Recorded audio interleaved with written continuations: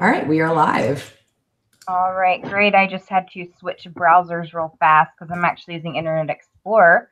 All right, guys. So, welcome to the Bitching Dead. We are your hosts, Bekah, Farid, and Tara. We are a webcast from the minds of the geeky area, and we are here to bitch about stuff and things because somebody has to do it. If you have not seen the most recent episodes of Fear the Walking Dead or The Walking Dead, please turn back now. We are not responsible for any spoilers that you hear. We did warn you.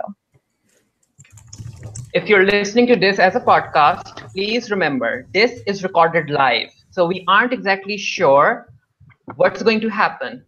Please forgive us for any technical difficulties or accidental or intentional swears. You can join the conversation with the hashtag #TheBitchingDead. We would like to remind all of you that the views expressed on this webcast are those of the hosts as individuals and do not necessarily represent the geeky area or the webcast itself as a whole.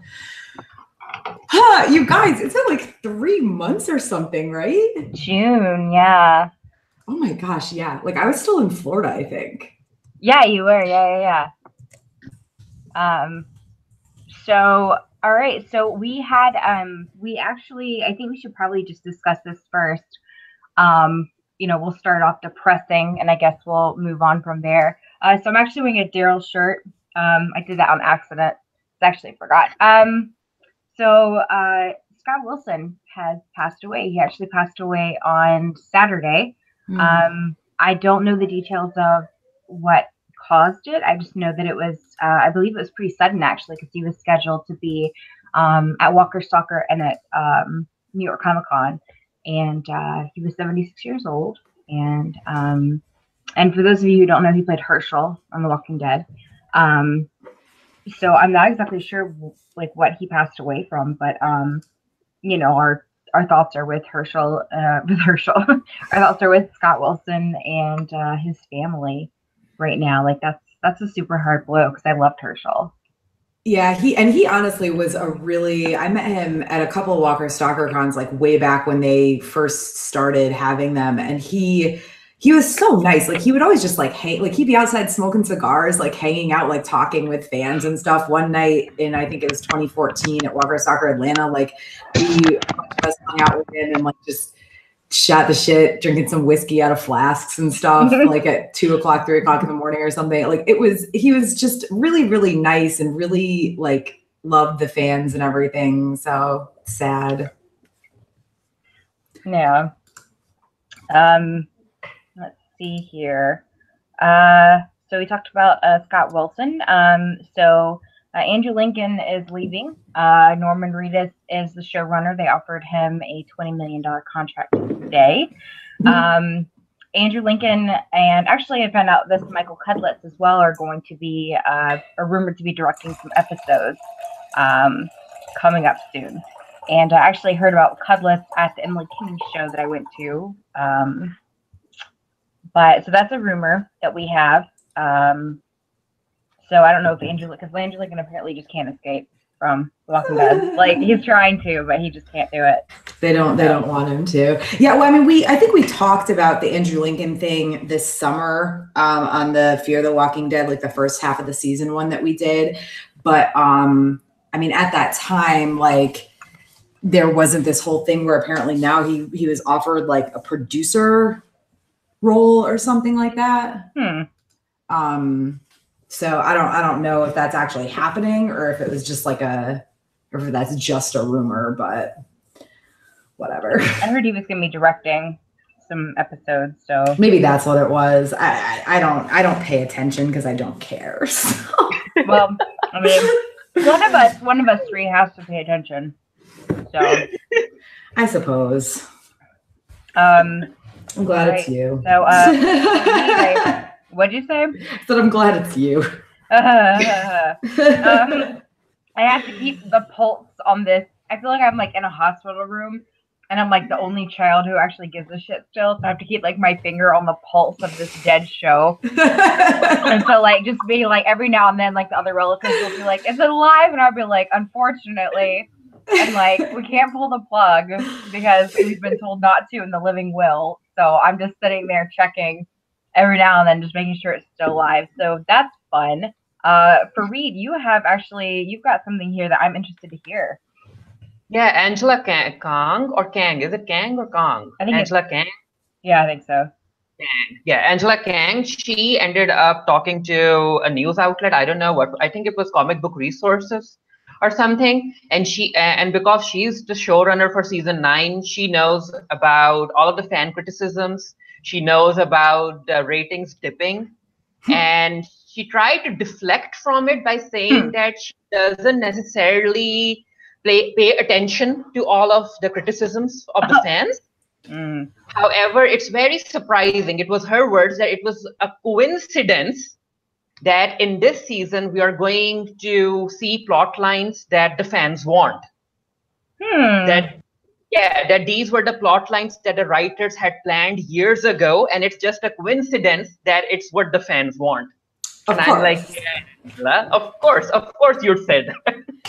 Oh, I also, Bekah, since you said you're wearing your Daryl shirt and yours is by mistake, I'm wearing my Rick Tater shirt, and it was not by mistake. Like, I almost never wear this shirt because it's so old and I love it. It's like comfortable and cute, and also I don't love The Walking Dead anymore, but like, I don't want it to like tear or get ruined because like once it's gone, it's gone.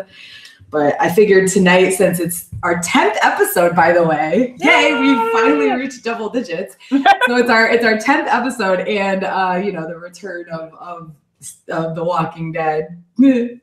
I would wear this, but we should probably get through the little recap of the second half of Fear the Walking Dead. I just didn't want us to forget about this since we did like the first half of the season, but like it just ended last weekend, so we would have had to do 2 back-to-back weeks, and that's a bit much. I do actually have something really fast. I was at the Emily Kinney concert because she came to Charlotte.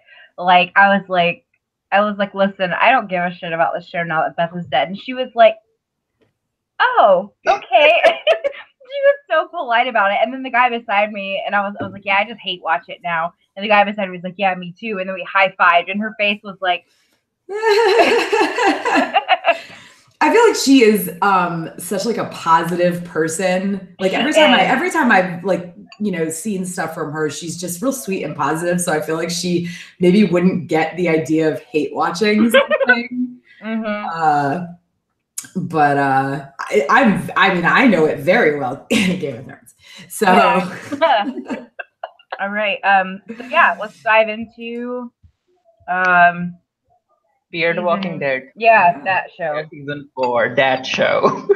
Is it season 4 that it's on? Yes. Yeah. Okay, so it's one more season before it gets stuck. Okay, got it. Yeah. At least according to Walking Dead rules. So favorite moments. Morgan, I don't hate Morgan as much as I used to. Like that's good. He's actually kind of growing on me a little bit.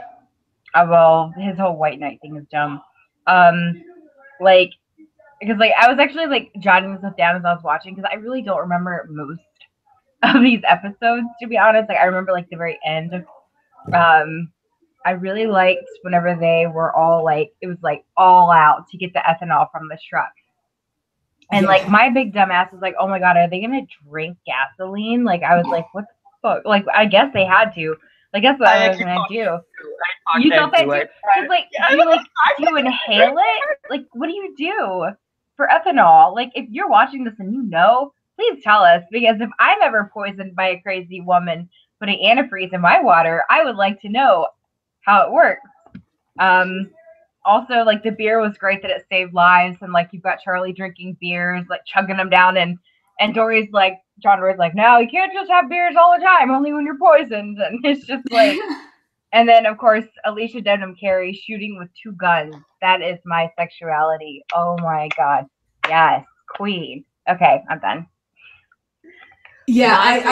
I'm with you, Bekah, real quick. I have been so busy the past couple of months that I didn't even realize when this show came back. And then I just got so behind. And then I was like, shit. Walking Dead is coming back. I need to like catch up with Fear the Walking Dead. So I binged all 8 episodes in like a day and a half, 2-day period. So yeah, it's like one big kind of amalgamation of stuff for me. I mean, I think we aren't the only ones who forgot, because the ratings have actually dipped further for The Walking Dead.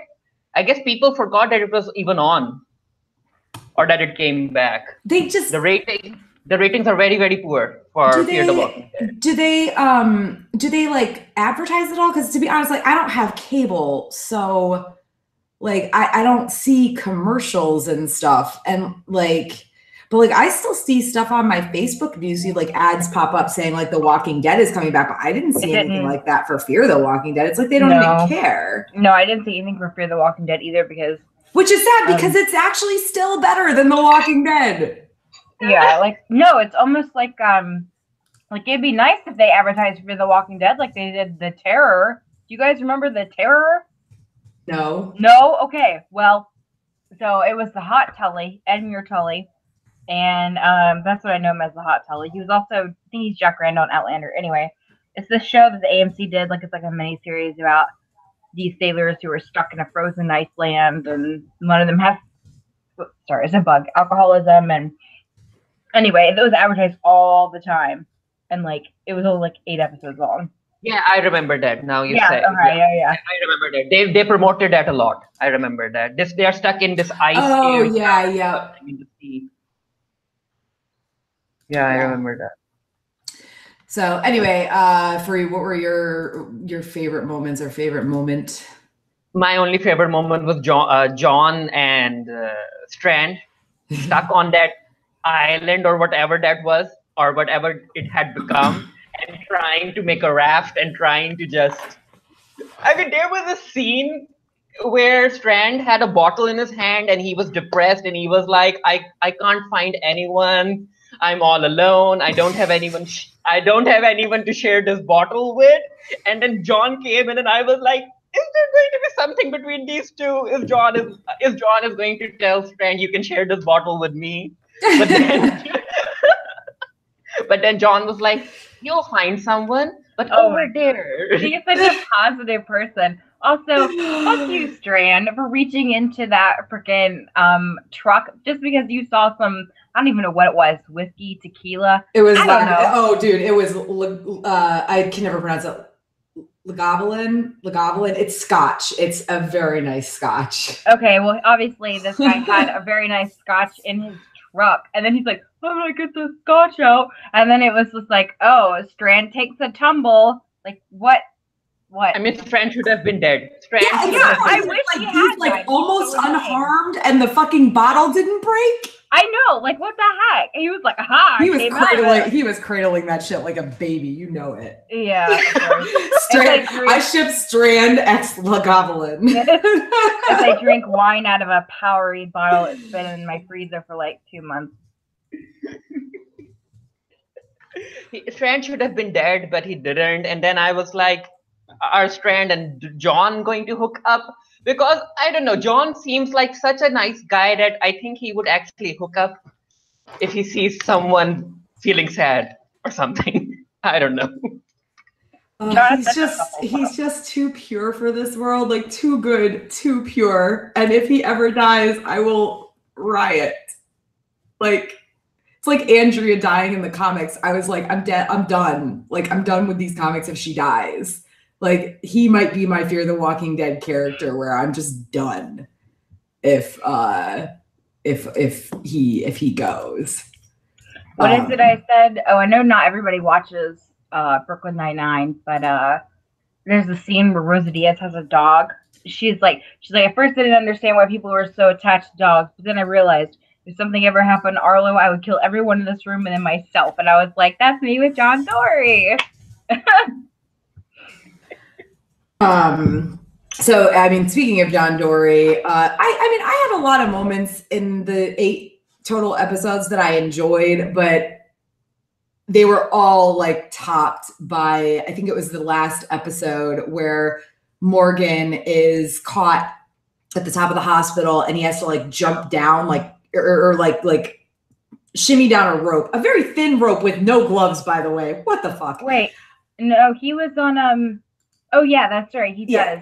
Sorry, I was remember the cherry picker. Sorry. Yeah. So he's trying to get to the cherry picker because it only goes like up, it goes about 2 stories below where he is. So he like shimmies down this tiny little rope with no gloves. Sure, okay. And then he gets like a walker like smashes through the glass and like comes after him. And from down like God knows how many stories, like 20 stories or some shit, standing on top of a fire engine is John Dory with his 6-shooter because he's amazing and fucking like kills the walker from like all the way down there, just like bang, like just aims and shoots like loosely, like he knows that it's gonna work because he's perfect and amazing. And like I just like, hey, remember when he shot that walker that Morgan was fighting from like a billion stories up at the hospital from the top of the fire truck on the ground because Pepperidge Farm remembers. That's a Family Guy joke in case anybody. No, I mean, that nurse. What's the name of the nurse John likes? June, yeah. It was Laura, then Naomi, now it's June. June doesn't deserve him. I'm like, June, you need to disappear. You need to get out of John's life.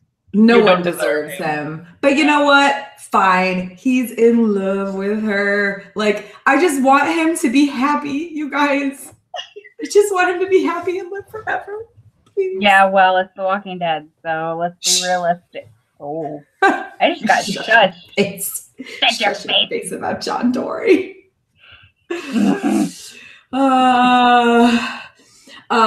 So anyway, like least favorite moments. Okay, so first of all, Martha. I'm sorry, but I did not remember Tia Dalma from Pirates of the Caribbean being in The Walking Dead, but here she is. No, you know exactly that's what she looks like. Fight me. She is. That's what she I was like, wait, was she really? And no, it wasn't the actual. No, it was the actress.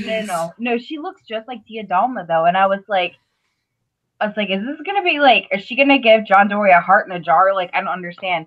But like, it was like everything about her was just so weird, and like her obsession with Morgan, and like she's going coconut bananas in the woods, and she's just sitting there screaming and then laughing, and I was like, oh goodness, like, and also, Jim's suicide was really, I didn't really care for him as a character, but like, it was strangely poignant. It wasn't really a complaint or least favorite. It just was, it was just like, it was really sad. And like, cause like you said, you see everybody's faces, like you hear the body hit and then you see everybody's faces and it's just like. Yeah, I mean, like, it's like, he's going to die anyway, but he was such an ass, but then he like kind of, I mean, he's not sacrificing himself really, but like, fine, whatever. Yeah. I'm tired of them giving us these characters for 8 episodes and then killing them. Not even 8. Not even 8. Oh, that's right. Yeah, he was running around with a bag over his head. Well, and like for Martha, like what was up with her obsession with Morgan? Like, I don't know. How does she know anything about him? Like, did I miss something or like, did she just kind of appear and like immediately latch onto Morgan and like him not being a good person or him not being somebody who would actually help people or whatever? Like she thought he was strong or whatever and was like disappointed when he wasn't strong in her mind. But like, where did that come from? No, it's not that he's strong. It's that she thinks that you have to die to become strong. And everybody but she kept like telling everybody like Morgan's not a good guy, like he's gonna ruin everything, and like, but then when she's talking to him, she's like, I know you, like she thought that him as a person was already there. I thought that's how I saw it anyway. I'm not sure how she developed. It was a very strange, like, I feel like there was like an episode or like a conversation or like a scene that I missed. Or they just cut something really important. And they didn't bother to. I don't know, Farid, do you like remember anything that would have explained this? No, because I was bored. It felt pointless to me. I was like, if we take Martha out of this, there wouldn't be any conflict. They just introduced Martha for some crazy reason because they wanted to like spread some sort of storyline over 8 episodes. Like, I didn't like it. I didn't like that. I don't know where Martha came from. And then she ended up dying. And I was like, why? Why would you introduce such a character? She only introduced them because they were sitting around in the office going like, it'd be really funny if they all drank a bunch of antifreeze. oh, and they have to drink some beer to get better. And then they were like, oh shit, we have to make somebody who does beer. Oh shit, we have to make somebody who gives them the antifreeze. And like literally that is their thought process. Like that is it. I mean, it was pointless. Martha was just a plot device. She wasn't even a character. I didn't like the entire arc. I mean, I liked some character interactions, focusing on John, a few scenes with Strand. Morgan had some good scenes, but the person on the wheelchair had a very awesome wheelchair where blades would pop out from the back. Yeah. I was like, yeah, that's cool. But as far as the entire conflict with Martha goes, it was pointless. It was just stupid. It felt like the writers were trying to think of something cool, but they couldn't. Yeah. I mean, and speaking of pointless, like my biggest gripe was literally like all of the "we're going to Virginia" nonsense ending with them not going to Virginia. They're going to the denim factory. These 8 episodes were filler, if you think about it. Yeah. They were filler because they didn't do anything. Let's go to Virginia. Let's not.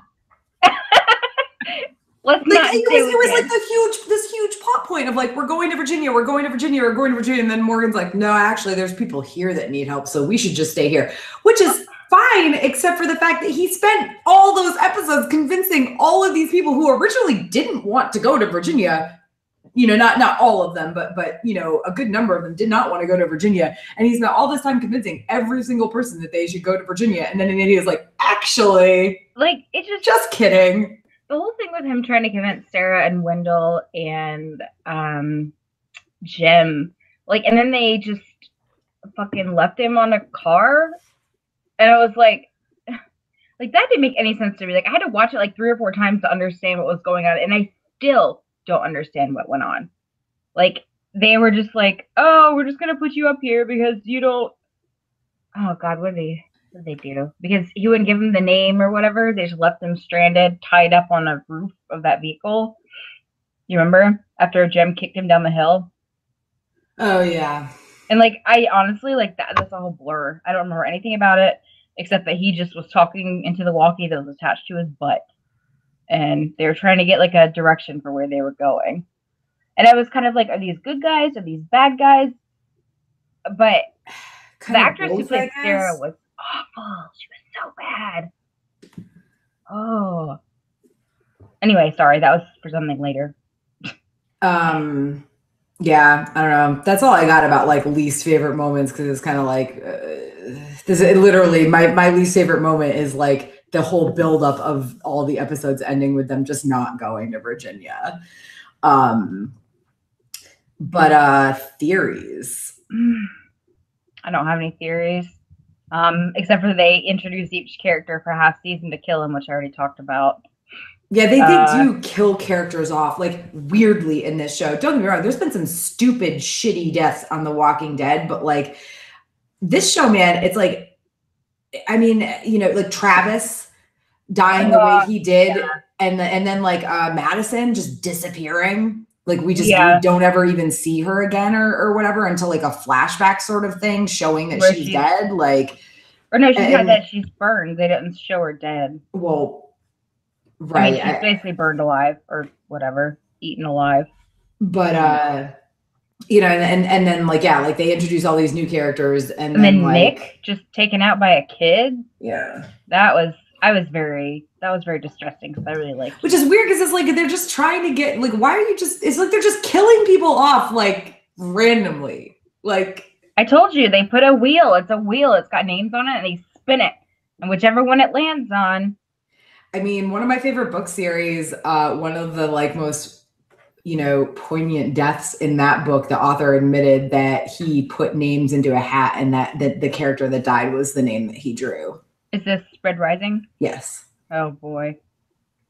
I've got it right here.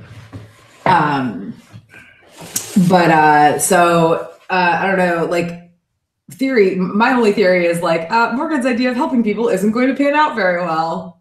Duh. We all know. Oh, no. Surprise, but I mean, my theory is that everyone is dead, and all of these 8 episodes happened in Morgan's mind, as far as I'm concerned. He's crazy. Don't you do that to me, Farid. Don't you dare. No. Except because there were moments where he was talking on the walkie and he was listening to voices on the radio. I was like, Morgan, are you really listening to them? Are these voices real? Suddenly his schizophrenia is gone, like miraculously, as soon as he leaves. Yeah, that's why I think that these people are dead, or he is walking alone himself. There's no John Dory, there's no nothing, who knows. I will shit a brick and throw it through the window of the Walking Dead office if that is true. Do not test me. I have a feeling. I just have a feeling. They might be like just giving a huge psych to the audience, like, whoa, Morgan never left the trash heap. We come to, and like he's like beating a mop to death, and that's actually Martha, and Alicia is the sculpture of the cat, and and then we wake up in season 5, and everybody's still alive. Madison's cool, Nick is good, it's okay. John Dory is still somehow some like ex-cop, like 6-shooting Texan who's actually like an amazing person. Like that ever happens. Oh gosh, that's why I think that Morgan is having an episode. I just think that. Maybe, who knows? The writers it would kind of be a hilarious way for them to end this show because like I mean, there's that whole theory where like Rick is in like a coma and is just like dreaming all of this or whatever, you know. Do that to us, but I also don't trust them because they said a bunch of stuff. They said they wouldn't do the Rick thing to us, so. Wait, what Rick thing? Kill him? No. Like have it be like that he's just in a coma and dreaming all of this or whatever. What if it was a dream and Morgan woke up and turns out that Daniel has been taking care of him? We all know that Daniel Salazar can't die. Yeah, Daniel is taking care of him. Who knows? He doesn't show up though in this because, like, isn't he? No, he doesn't show up, but he's still alive. Yeah. I will say this because I've already said this to you guys. I think it's unfair, and also true to my word, I have to mention Beth Green in every single episode that we do. I think it is unfair that that Daniel can survive an explosion on a bridge, but Beth Green cannot survive a shot to the head. He has survived a shit ton of stuff that he should not have survived, but he's a survivor. So. He's you know what Beth Green is? Strong. What did she say? You were not right. I am strong. And she stabs her with the scissors and just like that. Okay. Anyway, I've gotten that out of my system now. Before we go on to The Walking Dead, last minute gripes and WTF moments. Like all the kids in the apocalypse. I'm talking Lizzie. I'm talking Mika. I'm talking Henry and Enid and now Charlie. They're all psychotic. There is always something wrong with them. And I don't know what it is, but like, I just, kids in the apocalypse are never a good idea. Also, I wrote that Martha is weird and unnecessary. The actress who played Sarah was terrible. Sorry, person who plays Sarah, but you were awful. And then breweries exist in the apocalypse because of course they do. As long as there's some douchebag hipster to brew, there will always be a brewery because you cannot escape breweries, especially in the South. They're throwing every corner now. Look, I didn't know because I can't do beer, but no, we're getting a winery in Greenville soon. Sorry. As far as I'm concerned, in episode 10, I don't know how Charlie, a kid, was able to drag Alicia all the way from the car back into the house and onto the bed. I was like, is Charlie Superman or what? I don't know. Yeah, and she also managed to avoid all the walkers by covering up those family people. And then in episode 11, they showed Morgan using the toilet, and that scene ran way too long for me. Oh, that was so awkward. I was like, oh, I feel uncomfortable. Like, what was the magazine that he had? Like, Toy Dog Monthly? Yes, because Wendell had a Bichon Frise who did not survive. Uh-oh. Your dinosaur's roaring, Tara. Yeah, I know. Sorry. Too much. And then we have already talked about Martha being an unnecessarily plot device because they needed to fill out these 8 episodes. And Yeah. then I have a question about how light are these zombies?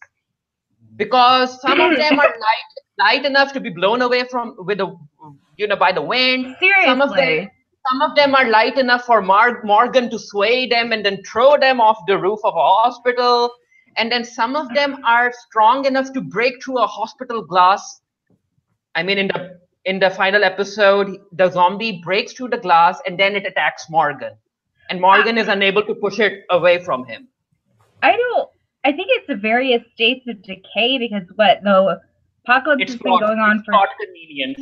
It's plot convenience. But it was so weird, like watching the zombies being picked up and blown away, and I was like, it's like it was comical. It was Zombinado. Walker-nado. Yeah, I don't know. None of those sound right. No, not NATO. Walker cane. Zombie cane. Sounds like a kind of candy. Still doesn't sound right. Yeah, it sounds like a cane rum. You know, zombie cane. If you drink this, you'll die. I didn't like it. I mean, if Morgan's zombie, the zombie that he threw onto the car from the hospital roof, if that zombie was heavy enough to like hit the car and make the alarm go off, when he's swinging it, that zombie should have like ripped in half because of gravity. And actually. Yeah, and I was like, Farid, you're thinking way too much. Just don't. Like, I think maybe the zombies are like able to be lifted away because also like human beings can brace in a way because zombies have no like spatial awareness. So I feel like they weren't bracing. Like if wind is coming through, I feel like it would be easy for somebody who's alive to brace themselves against a wind gust. But if you're dead, you have no awareness.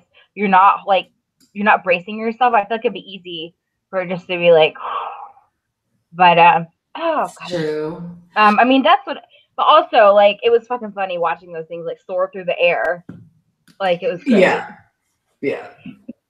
But no, I agree. There's no. I guess it's probably the writer's excuse is probably various states of decay, but like, dude, this shit's been going on for years now.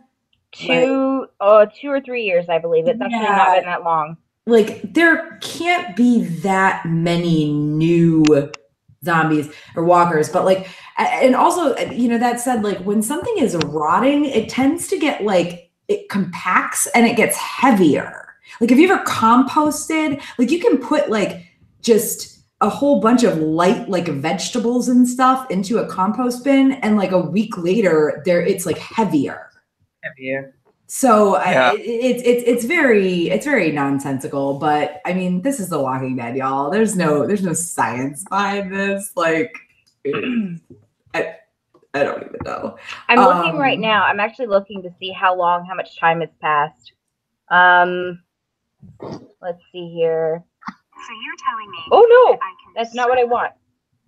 Sorry. So you're telling me your phone is no? Well, so my only other like my gripes and what the fuck moments were less than 5 years is what it says. I think it's been 3 at most. Yeah. My other like my random gripes were the fucking beer guy. Like, I love beer, but just shut up about it already. Like, what was even going on there? I love beer and I got tired of listening to this douchebag. Jim Brews. And then piggybacking on what Farid said about Martha just being a plot device. I mean, that's basically what Al is. It was pretty clear at the beginning of the season that she was one, but I kept hoping they would like flesh out her character. No, we know nothing about her. Like, we got some of her watching random videos on her camcorder, but like you couldn't tell if she was watching videos of people that she knew or if it was just random videos that she'd taken. And then like, she just constantly is like, we don't know anything about her past. We don't know anything about her. All we get is her constantly asking other people questions as a way for the show to like reveal these other characters' backstories. It's like dumb exposition, and I hate it. And Al is, I don't know, after the whole thing with like June running to say like to risk her life to go and get the van, and then Al like telling her, oh, by the way, there's no medicine. I was like, I put her on my shit The list. only thing we know about her is that she's super obsessed with her stupid tapes. Yeah. And in a way, like, I get it. Like, it's the only recording of this whole thing that she knows of. But, like, dude, come on. Yeah. Also, the random new names for the walkers that keep coming up. Like, I mean, I know they've been calling them different things in Fear the Walking Dead than they did in The Walking Dead. But, like, the skin munchers and meat puppets, like, they were just throwing random terms out there the second half of this season. I was like, come on, guys. Come on. And that's all I have to say about that. All right. So let's move into our salt, my dude. Okay, so we are going into season 9 of The Walking Dead. Scott Gimple is still in charge, unfortunately, even though he says he's not. I liked the post-apocalyptic Washington, D.C. ambiance. I love how they go in to, was it the Natural History Museum, or is it the library of, I don't know. Anyway, they go into a museum. Like, the ambience was great. I loved the cavalry with them on the horses. Although, of course, whenever you have horses, then I flash back to that awful scene where the horse dies in the first episode of the first season. Carol and Ezekiel, A+. I love that. I love how it was so sweet, and he proposes, and it's really sweet, but, like, Carol's response was like, oh, shit, he's done this before. Like, she keeps, like, putting off. You can tell that the writing for Daryl and, like, the writing has changed. Because Angela Kang actually wrote the episode of Still, which was just Daryl and Beth. And you could tell that, like, the dialogue is better. Like, Daryl and Carol together, their interactions are really good. I like how everybody has their own ecosystem now, and everybody is, like, Daryl's been forced into this role that he does not want. Like, he does not want to be a leader, but Rick is like, we gotta be a leader. And he's like, eh. And then Maggie finally kills Gregory. Thank God. Baby Herschel is a thing now, so that's cool. Yeah. Like, baby Herschel actually exists now, because I was, like, waiting for her to have this baby, and she never did, and I was like, God damn it. And then she finally does the baby. But yeah, so the hanging was really brutal. Like, there's a lot of unnecessary stuff that happened there, but I liked the conflict with Rick and Daryl. I liked that. Yeah.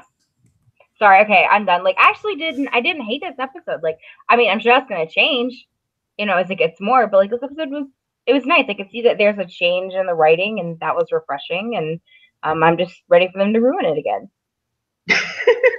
Which they will. Yeah, they will. Yeah. My favorite moment was the opening sequence. I wasn't expecting it. I didn't know that they were changing the opening sequence, so it was a very, very pleasant surprise. I liked it. Like Tara said, it felt very comic booky. It kind of looked like an opening to a game, like a Telltale game for The Walking Dead. Yeah, it was very cool. Yeah. I have to go back and rewatch the opening. Yeah, I really liked the new opening. It does. It feels like I'm watching the comic book.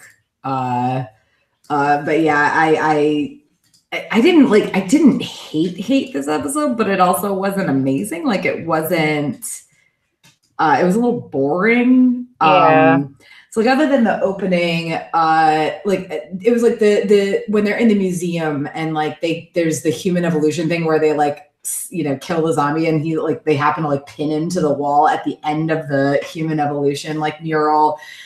That was so fucking dumb. But then I missed it. But then I did kind of like, that was dumb. But then I did like Gabriel and Anne having a moment over, like, the de-evolution of man.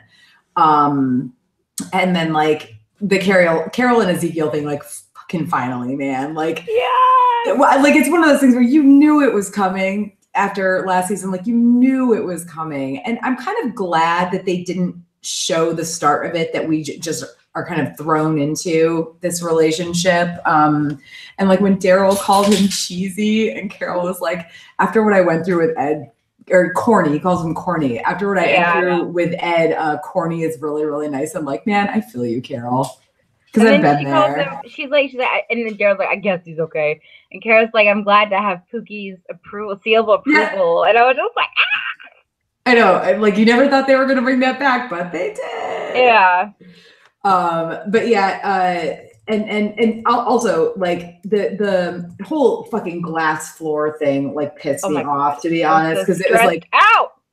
It was so I'll get into that later, but like it was so contrived, and then like you know, but like I would have been more upset about it. I actually had a friend who was joking that they were going to give me like a play-by-play of the episode as it aired because I couldn't watch it because we were painting my house actually, and he like did give me a play-by-play for the first like 15 minutes or so, 20 minutes. So he like, I knew that Ezekiel survived that, and I think I would have been way more upset about it if I hadn't known, like upset in the way like, oh God, you're just like playing, you're just trying to play with our emotions. Fucking stop it. Walking Dead. Just stop what you're doing right now. Listen to Tara. She's telling you things.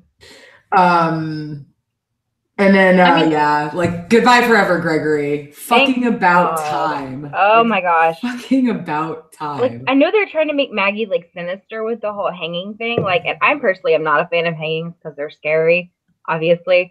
But like Daryl just was like, fuck you. And he cut a rope or kicked a bucket or something. And it was just like crunch. And then of course the children watched it and Maggie was like, ugh. But yeah. Yeah, the hanging thing was very showy and unnecessary and a bit much, but fine, whatever, Maggie.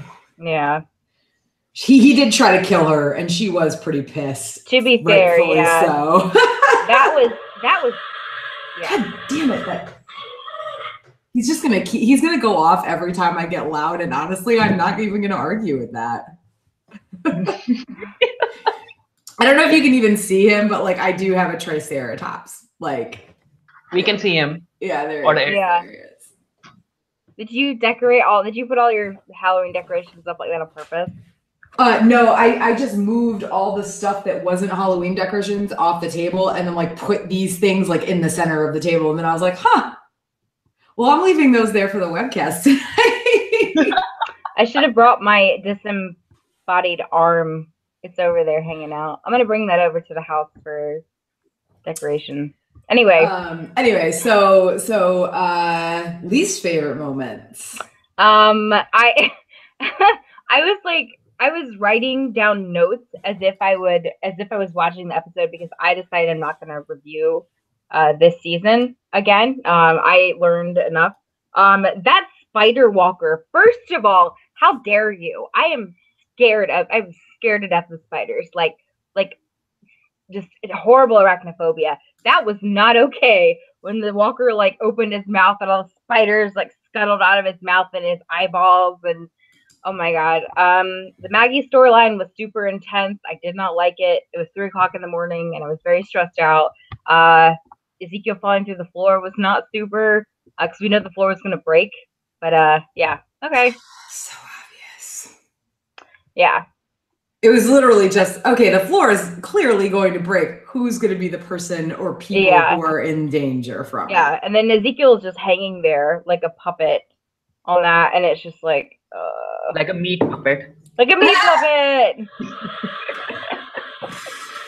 Triceratops. First of all, Triceratops don't even roar, so shut up. Oh, you just got told Halloween decoration that is not sentient. I don't want it to glow eyes. That doesn't make sense. I don't want it to have glowy eyes and to roar, but it does. Well, take its eyeballs out then. Or put tape over them or something. Well, I've tried to figure out how to turn it off and I can't. So it's just there. Anyway, so Farid, what are your what the fuck or least favorite moments? I mean, as far as I'm concerned, this episode, when it comes to The Walking Dead, my baseline is least favorite moment. Like, this is the line, this is the least favorite moment. The episode is going, then there's a spike. Oh, I'm interested. And then it goes back. So again, this episode, the entire episode was my least favorite moments with like 1 or 2 spikes. But they weren't even that high. They were like little bumps.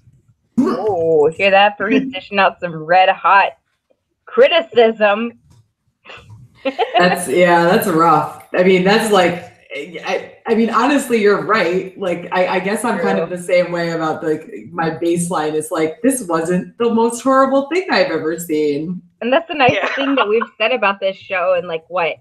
The entire time that we've been on this webcast ever? It's up there. Disappointed but not surprised. That should be The Walking Dead or The Bitching Dead. Disappointed but not surprised. Not surprised. I mean, the episode title was New Beginning, and I was like, nothing is new, Angela. Nothing is new. Wow. Okay, that was a call out. Nothing is new, Angela. I'm just gonna hold up a sign if I ever go to a Walker Stalker con. This is nothing's new, Angela. Hi, Mummy. Sorry, my cat is in the way. So, like, I don't know, generally. So, Farid, you didn't have any specific least favorite moment? I mean, you guys have already talked about it. We already knew that the floor was going to break. We already knew that new kid who kind of wanted to save the horse was going to die. We knew stuff. It was way too predictable. Like, too predictable. So my first like, just what the hell is going on here was like, LOL, are they just replacing Carl with some other long-haired kid? Yes, probably. Like, he's even talking about apprenticing to the blacksmith, which is literally exactly what Carl does in the comics. Like, there's this whole thing about Carl moving from Alexandria to the hilltop to apprentice to the blacksmith, and Rick doesn't want him to go, blah, blah, blah. Obviously, this isn't Rick's kid, so there's, it's missing that part of it, but like, he's just a young, skinny kid with long brown hair, and he's going to apprentice to the blacksmith. It was Alden's brother. His what? It was Alden's brother, the Walker, the guy that you like with the. How is that his brother? eyes. I thought that the kid with the long hair was like a person of color. No, the white kid. No, that was Alden's brother.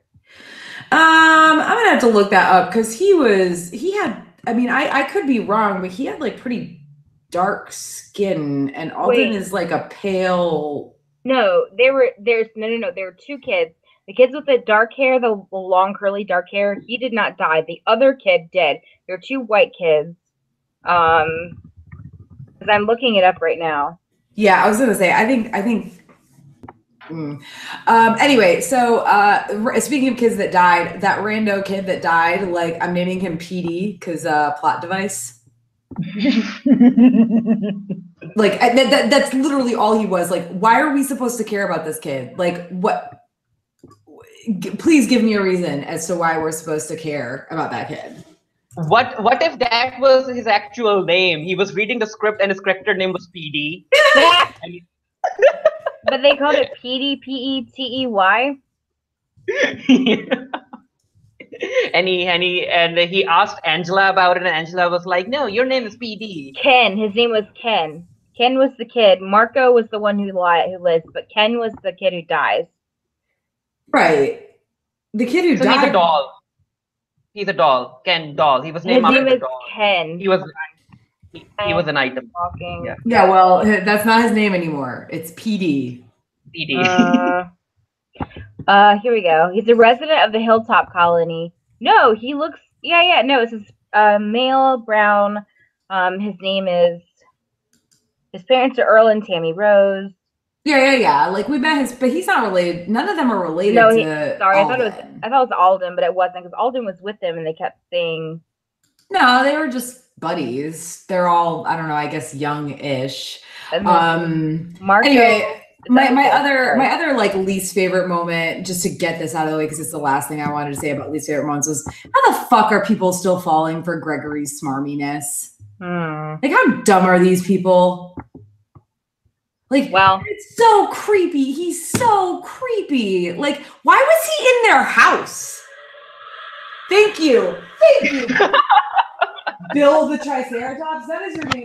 Your name is Bill. I think he was trying to like. Triceratops agrees with me. Why the fuck was Gregory in their house? That was creepy.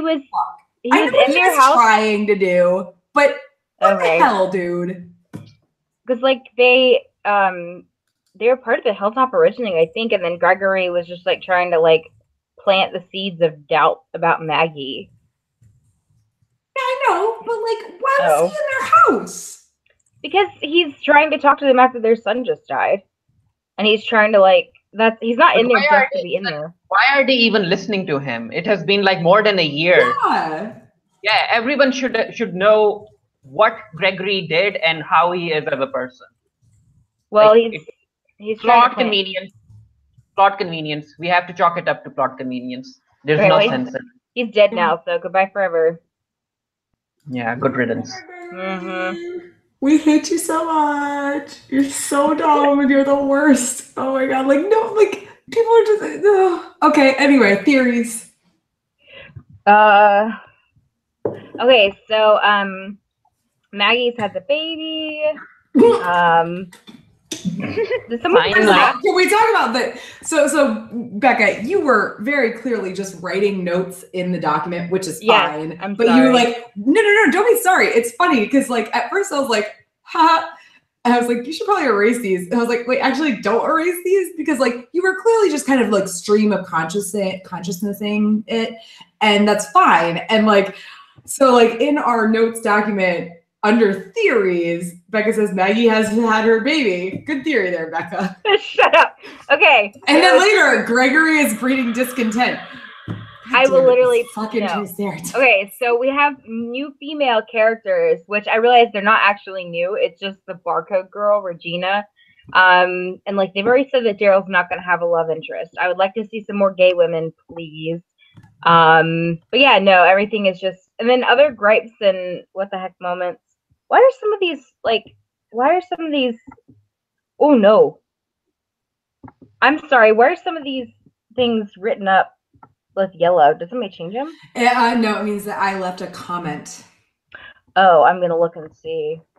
Yeah, Sorry. I mean, like theory wise, I don't. No, I'm done with theories. Oh, you're done with theories, okay? Yeah. Farid, and Farid. The only theory I know, it's a more of a question. Where's the other child they saved? The little baby girl. Gracie. Yeah, where's she? Oh yeah, I forgot about her. Apparently they did too. Where is she? Maybe she's with Aaron. Hopefully, who knows? Also, I'm like, Jesus, like fucking like high kicking the shit out of those walkers. Like that was pretty cool.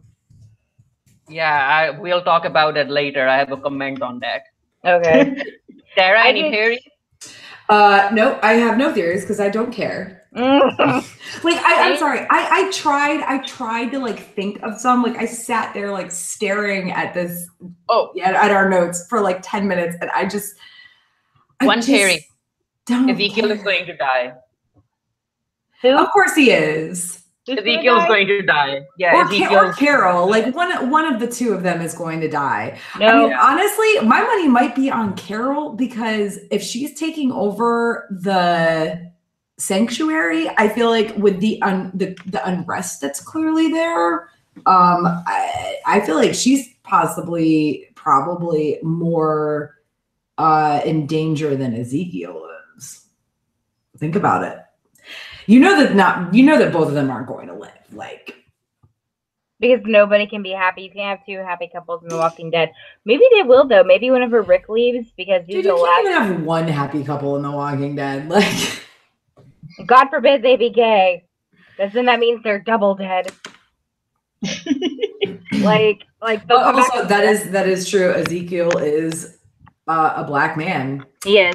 But he's heterosexual, so that might save him. Who knows? No, it didn't save Tyrese or Noah or Tito.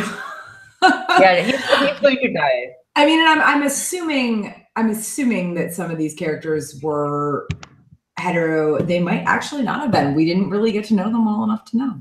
That's fine. I didn't care for T-Dog. He's gone. Bye. Bye, Rose Singleton, you garbage human. So other gripes and what the fuck moments. Okay, so this is something that I wrote down. Excuse the shit out of me, but Zach McGowan He's on The Walking Dead. So the 100 Walking Dead crossover officially confirmed. He plays Justin. He plays the savior, one of the saviors. So Zach McGowan. He was in Black Sails. He was King Rowan. Oh my gosh! I thought he was familiar. Yeah. So he's the one that Daryl's like, clean it off or whatever. Is it Daryl that said clean it off? Because it's just we are all Negan or we're still Negan over, and Daryl is like, what the fuck is going? Because Daryl does not want to be a leader. He really doesn't. But no, so that's him. So it's interesting to see if he's going to have a bigger role, because he is an actor who has some acclaim. You know, he went from Black Sails to the 100. He has been on Shameless. So I think it's going to be interesting to see if that character comes out as more of a forefront character, if he becomes a villain or if he becomes, you know, someone to side with Daryl. Like, we're not really sure. And I said, most of these are not really gripes. It's just stuff that I didn't really know where else to put them. Daryl talks to, what is her name? The girl from Oceanside. Like, she asked him if he ever misses any of his friends or whatever, and he's totally talking about Beth and Merle and Glenn, and it was like really sad.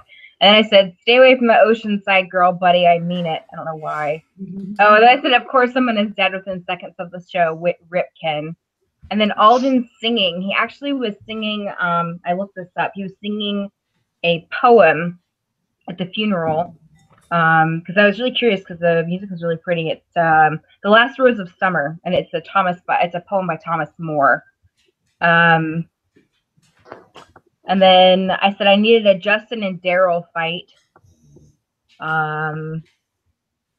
And then once again back to Gregory. Gregory, what the fuck is your problem? Like, it's like stream of consciousness. I have another doc where I wrote some other stuff, but what did we call Alden in our earlier episodes? It was the hot savior. Hot savior. Okay, I wasn't sure. It was cute savior, hot savior. Well, you like his hair. Yeah, we do like his hair. Yes, Tara does like his hair. And his eyes, he said he had nice eyes. And I was like, well, dang, just pull them out and wear them on a necklace. Also, side note, my friend Johnny Bronto, who from Haunt Scene, who was on our episode, I think it was the second to last episode, the end of season 8. He is in the YouTube chat saying Charles Vane is now in The Walking Dead. I said, you know, he was actually on that webcast where we talked about how the 100 and The Walking Dead were in the same universe. Yes, no, they are. It's confirmed now. I'm gonna hashtag confirm. No, I am gonna hashtag confirm it. I am going to write a fic where Alicia meets up, and then it's gonna be, oh my god, it's gonna be so funny because it's gonna be Alicia and Justin, and it's totally Lexa and Rowan, and I don't know. Goodbye forever. This is my theory. I'm gonna stan it. Thanks for coming to my TED Talk. Also, goodbye forever, Gregory. Yes, thanks. We obviously hate this guy enough. Like, and is Dwight dead? I forgot. Dwight's dead. No, right? He's not. We didn't see. Wait. No, Dwight's not dead. I thought he was. I thought he died. No, he's alive. Yeah, he's alive. Dwight's alive.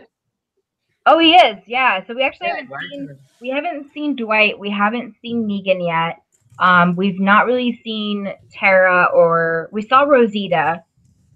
No, we did see Tara. Yeah, we saw Tara. She was on the horse. Yeah, that was on a horse. Yeah. She was on the horses. There's so many characters now in so many different places. They're like, you know, they're gonna start doing this whole like jumping from place to place thing again. Like, yeah.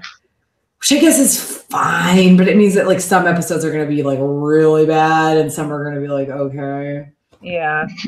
I don't know, Farid, what are your other gripes and what the I don't want to be mean to a kid, but do it. When the episode opened and Rick's daughter was painting something and she was talking, and the first thought in my mind was like, oh look, the troll has learned to talk. Oh my gosh, Farid. She is an ugly ass baby though. Yeah, it's growing. It's learning. They fed it after midnight. Oh no. it has learned to draw stuff. And she's like, I feel like they just turned on the camera and like told this little actress to talk. And so she's just like saying this weird stuff, like Daddy has a grumpy face, Daddy has a big belly, Daddy blah blah blah blah blah. And then like Michonne, the actress, like is barely keeping it together. Denai Guerrero is barely keeping it together because this stuff was not scripted. This kid was just saying shit, and they just turned on the camera because Daddy's got a big belly. Oh yeah, that's the one thing. And like she lost. That's right, Bill. That's right. Yeah, Bill and Triceratops totally agrees. But like, no, that baby is ugly. Sorry, not sorry. Please. Oh my god, just get her older already. She looks like a toad.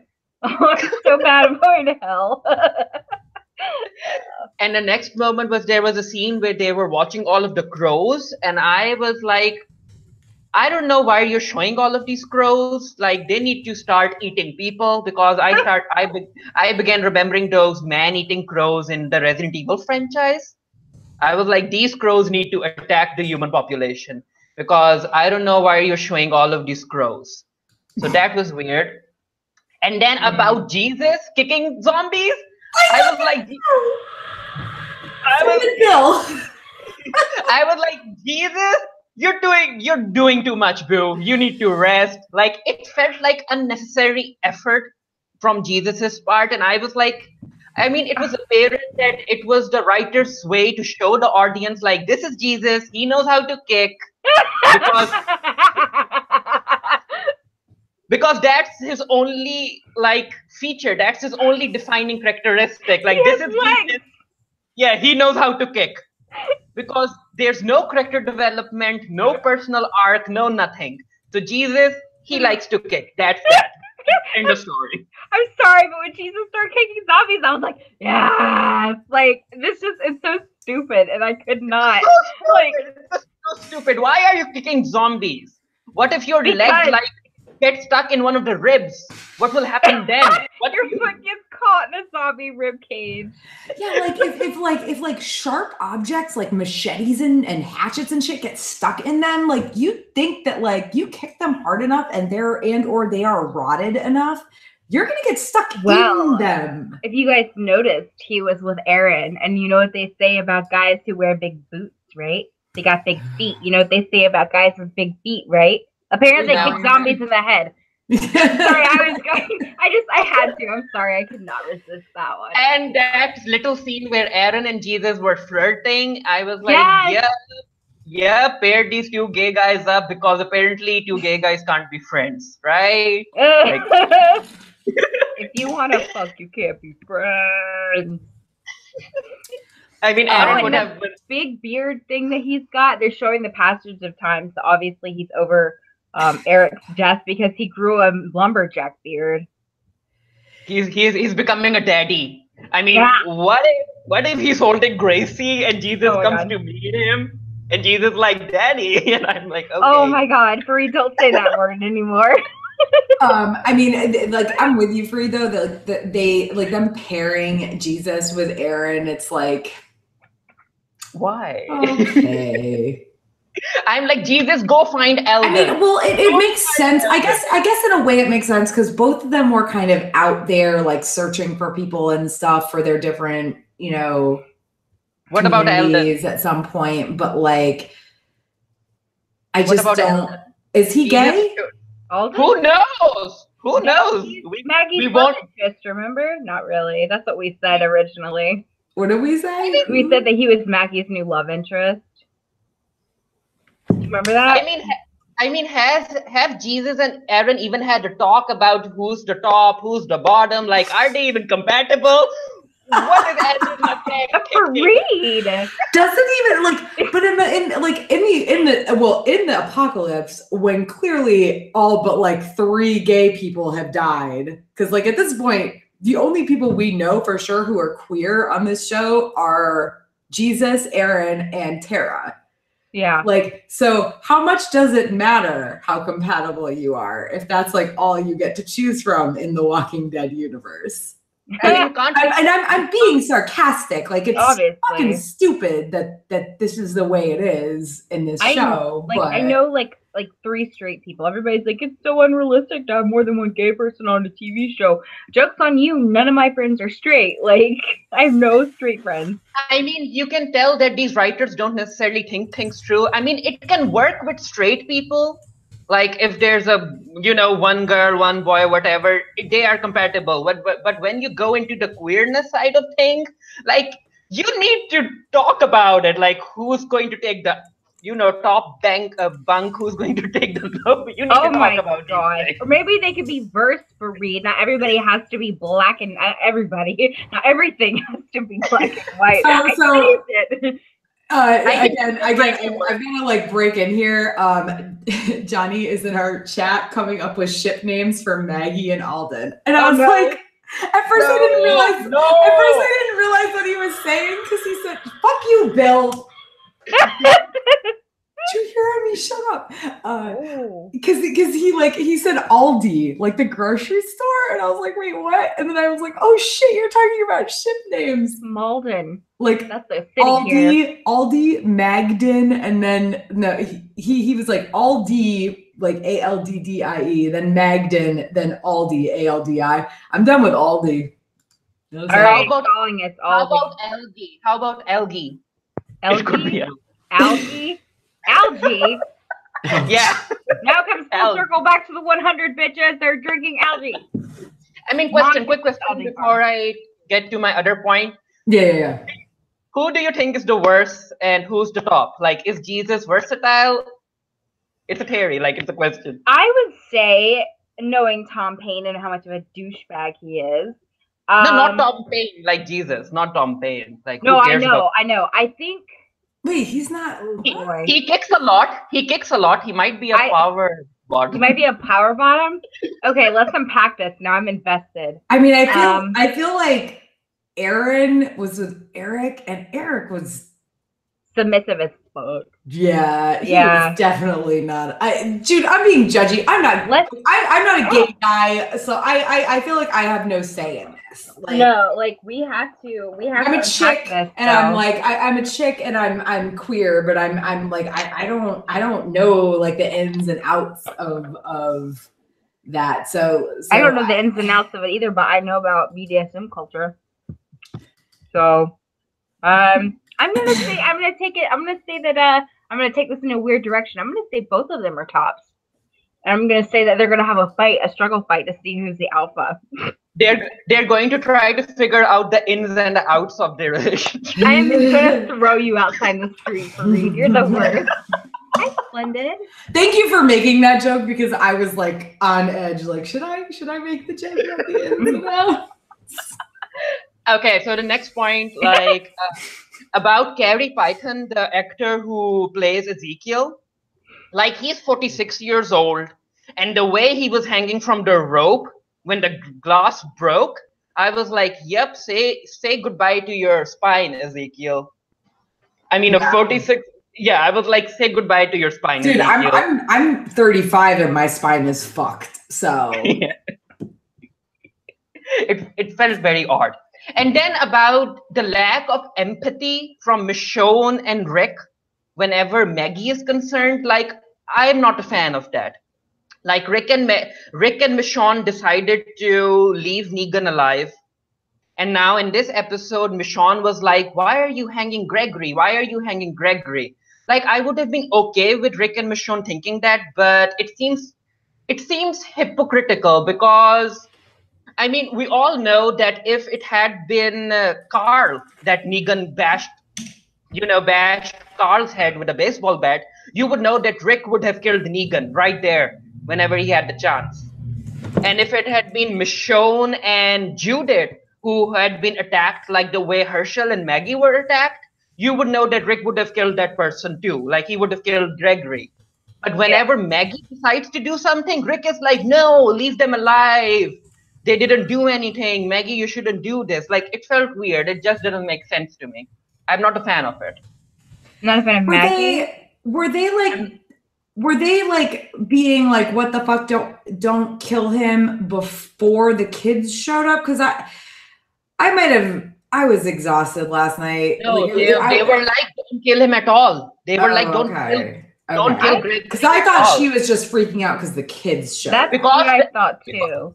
No, because in the preview of the second episode, the upcoming episode, there's an entire scene where Michonne isn't happy about what Maggie did.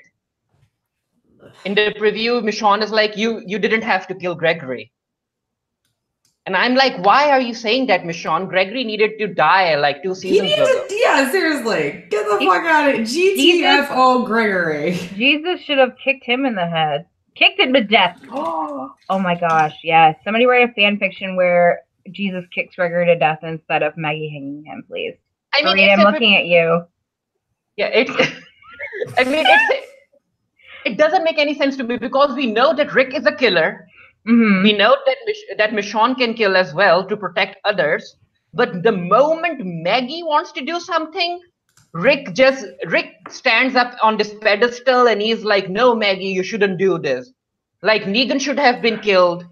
Gregory, like, I'm okay with it that Gregory is dead, but Negan should have been killed. Because we all know that if Negan had killed Carl, Rick would have been the one to kill Negan. Yeah, Rick is nuts. I think that they're trying to take away Maggie's agency so that she'll appear more aggressive and like more of a villain, because obviously Maggie has a thing right now, had a chip on her shoulder about the whole Negan thing, which I don't blame her, you know? Yeah, that's the point. I mean, I get that you're saying that the writers want to vilify Maggie, but the way that things are playing out on the screen, like Rick seems to be the villain. Like Rick is the one who's not giving Maggie what she needs. They want us to side with Maggie over Rick, I think. Maybe. Yeah, I mean, if is she even going to be on the show next season? No, she's only doing 6 episodes or something. Yeah, Rick is also doing like 7 or 8 episodes. He won't be in the entire season. Well, but I mean, that could be spread out because, like we said, there's so many communities and so many characters now that they can't exactly have him in every. I mean, and they've done that before where he hasn't been in every single episode. I don't know. Like for my part, I'm still side-eyeing this time jump. Yeah. I looked it up. It was 18. It was confirmed that it was 18 months, but like was mentioned earlier, Judith was like a fucking baby, like babe in arms at the end of last season, right? Like, could she even walk? And all of a sudden she's like 4 fucking years old. She's a troll. I'm telling you, she's not human. She's having these paranormal growth spurts. Yeah, so I'm really not sure what's going on there, or maybe I'm misremembering Judith at the end of season 8, but I don't think I am. I'm pretty sure they were still carrying her around, and maybe she could walk. She was walking. Okay, so let's say she was 18 months old, because that's about the time babies start to walk, but still look like babies. Maybe a little bit earlier than that, but honestly, they carried her so much like they had to that I'm guessing she would have walked later if we're being logical about life.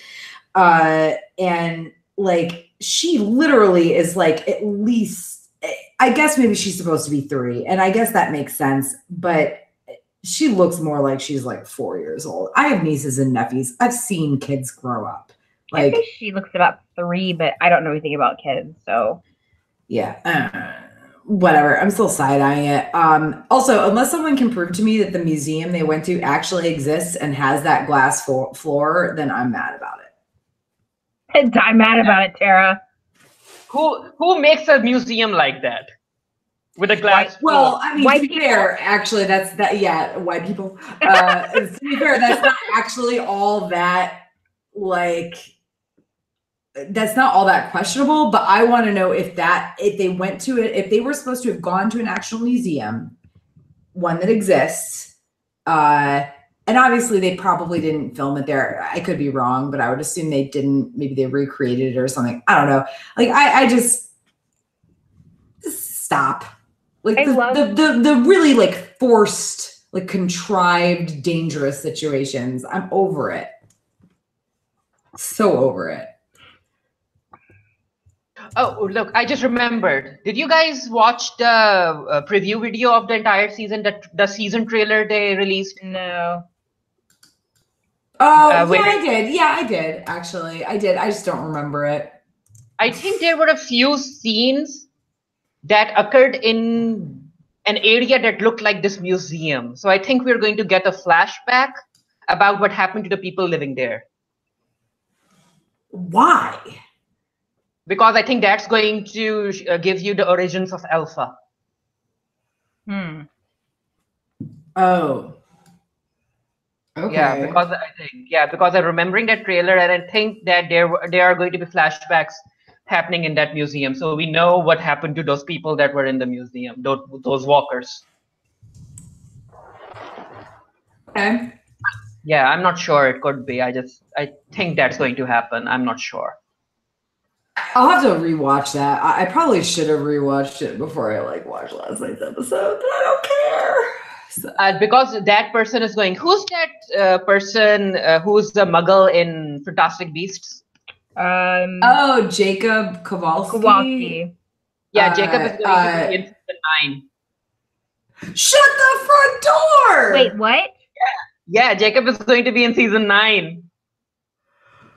Oh my god, I love him so much. So I was at Comic-Con in July, and my friend and I were sitting outside my hotel, which was apparently where the actor oh my god, what is his name? James Fogle? Something with a J. Fogle, yeah. I know it's Fogle.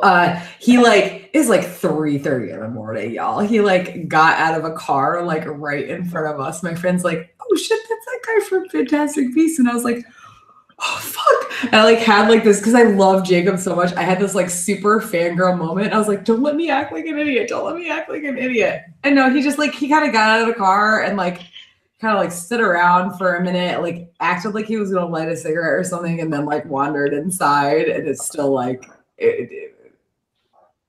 yeah, he's going to be. Yeah, he's going to be in season 9. And now that you say that, I think I knew that because I posted on my Facebook about how I randomly saw him getting out of a car and fangirled real hard. And one of my friends who is a walker on The Walking Dead quite a lot, his girlfriend commented on my status something that made me think that was going to happen. Yeah. Cool. So, that's interesting. Anyway, so again, unless someone can prove to me that the museum they went to actually exists and has I'm actually in the process of Googling that. I tried for a minute last night, but I watched this episode so late and I was so tired. I was like, so while Bekah is searching for that, we still have plans for future webcasts. Right now, we don't. Our plan is to do what we did last year or last season, which is every 2 weeks we will be bringing you our salt and tea about the past 2 episodes that have aired. But in the downtime, eventually we're still going to do comic rereading, best and worst deaths, most useless characters. So, Gregory. These are all things that we we are going to do them, but maybe when we're all not so busy. Because I know that Tara has cons coming up. I am in the process of moving ish. I mean, I don't care about yes, I have one more convention this year, but mostly I'm renovating my house. So, but what to watch other than The Walking Dead? My suggestion is The Good Place. So good. Yeah, my suggestion is Harlots. You guys need to watch it. It aired season 2 this year, and I mean there are so many queer characters in this season and in this series, and they don't die. None of the queer characters have died.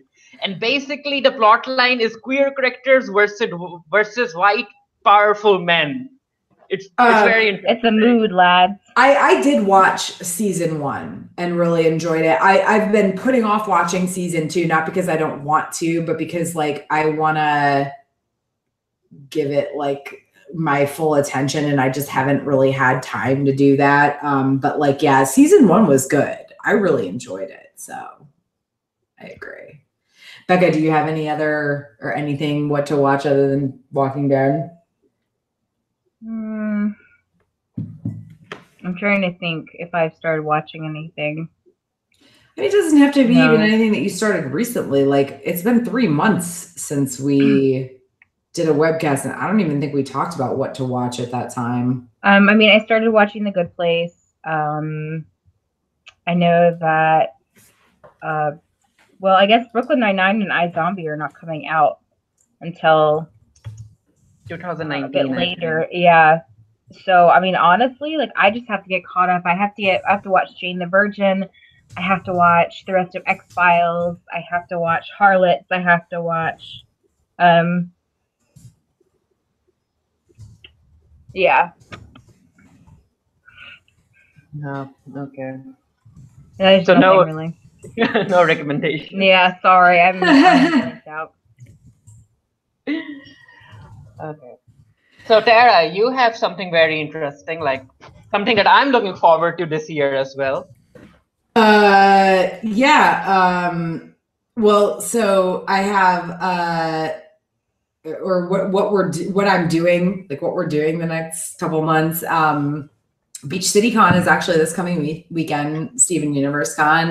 We're not selling tickets anymore, so sorry, not sorry. But that's this coming weekend in Virginia Beach. And then I'm organizing like a cosplay photo shoot in Greenville, where I live, at the end of the month. And I'm also wrapping up final edits on my first very rough draft of my next book. I still need to actually write some new pieces for it, but I have like edited down all of the stuff that I'm thinking about including. And I still need to get with my book coach / editor about, you know, making sure all of them should be included and everything, and talking to her about what other stuff I need to add. But if you haven't looked at my Patreon, it's patreon.com/a geek saga. And there's like tiers starting at like $5, and it's a one-time donation. And all the money from that is going to go toward basically paying my book coach editor, paying somebody to design a proper cover for it, marketing and all that stuff. So yeah, patreon.com/a geek saga. And I'm really aiming for like March of next year. That might be a bit ambitious. There's a very good chance it won't actually be out until the summer, but I'm trying. Amongst other things going on, I'm trying. Bekah, anything? I mean, nothing. I went to an Emily Kinney concert in Charlotte last week, and she's cute and small and nice and adorable. I met some Team Delusional fans. But other than that, like, I don't have anything. I'm doing a lot of physical therapy stuff still. Working as much as I can. I don't honestly, like, I'm in a really terrible depressive episode, so I'm not really interested in anything right now. Understandable. As far as I'm concerned, I'll be working on new images for the Bitching Dead. Yeah! Yay! So yeah, those images will be up on our online shop on Redbubble. I'll put the link to that down in the comment section below. Also, my new book is coming out this month, or maybe in the beginning of November. I'm not sure yet. And we have the mock-up of the cover, and it looks like this, if you guys can see it. A fated bond. I thought it said a fated bone at first. I was like, what? Oh, a fated bone. That's Jesus and Aaron. Get out. That's right, Bill. That's right, Bill. Bill likes it too. So it's a fated bond, and it's again a paranormal story with vampires and werewolves and a department that looks over or tries to keep everything in check. So that will be out like in November, the first week of November. So that's exciting. And I've already signed on for 2 more books that should be out in 2019. So yeah, it's fun. I'm in awe of how fast you're able to write this shit. Because, like, I started getting this book of essays together, like, I don't even know, earlier this year. And, like, it took me until, like, a few weeks ago to actually get everything done. And that's when I say everything done, I mean, like, I've gathered all the things I want to put in it. And, like, I've edited those, but I haven't actually completed any of the other stuff I need to do for it. So go me. I have an awe of how fast you're able to do this stuff, Farid. So yeah, I mean, honestly, you guys, we did really good. It is 9:28. So it's been like about, by the time we wrap this up, it'll be not quite an hour and a half. And we covered the entire second half of the season of Fear the Walking Dead and the season 9 premiere of The Walking Dead. Because nothing new happened. Yeah, it's like yeah, like what do you even have to say about this? You know what I mean? Like we're just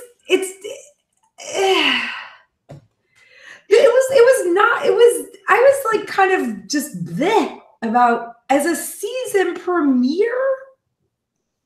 Like as a season premiere, it was a really weak episode. As a season premiere, if they had only shown us 5 minutes about the Gregory and Maggie thing, I would have been happy. That would be like, here you go. That's what you guys wanted. Here's the 5 minutes. The Walking Dead in 5 seconds. Yeah. I would like all of these episodes to be turned into like, here's the episode summed up in memes. You know, there was a somebody who actually did that. Oh, I'm sure there really is. Funny. And then they gave up because they didn't care anymore. Yeah. Like, nobody cares about this show. I mean, even the actors aren't caring. Maggie is leaving. Rick is leaving. Like, like bye, GTM. Michonne will leave. Like, I mean, everyone's actually leaving. Denai Guerrera is so much better than this nonsense. Yeah. She is fucking Okoye. Like, bitches. She's the best. Oh my God. So hot. I have a thing for her. Sorry, not sorry. I think everyone has a thing for her. Yeah, if you don't have a thing for Michonne or for Denai, not even Michonne, for Denai Guerrera, like there's maybe something wrong with you. Well, I guess there's something wrong with me then. I think she's a fierce woman, but I don't have like a thing for her.